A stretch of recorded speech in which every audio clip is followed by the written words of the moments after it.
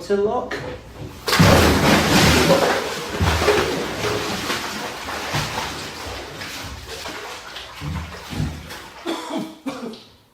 Okay, well that's nice and wet.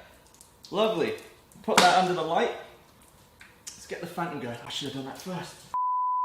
I'm using the probe lens because it's macro. It'll get me really close to the speaker holes, which are tiny. The downside is that it's a maximum aperture of f14, which is very dark, so I need a ton of light.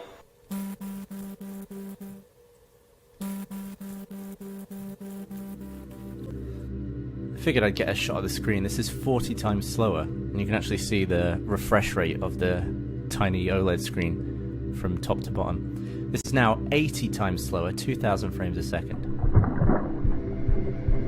I was immediately blown away at how much water actually came out in this shot. It's mainly just because it's macro. To your eye, when you're looking at it in real life, it doesn't look like that much comes out. After the initial burst, it actually looks like a lot of the water gets trapped. It's trying to get out, but then gets sucked back in by the speaker retreating. So what it does, it stops, allowing the water to settle against the back of the speaker, starts again, which causes another burst of water to fly out. It does 10 full cycles of that.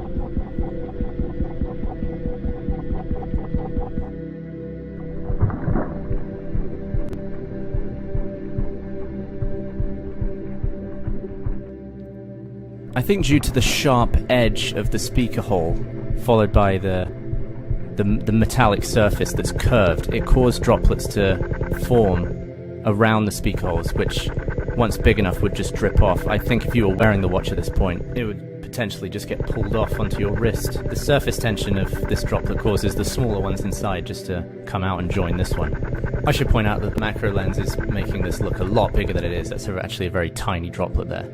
The droplets were also able to climb upwards, which I thought was interesting.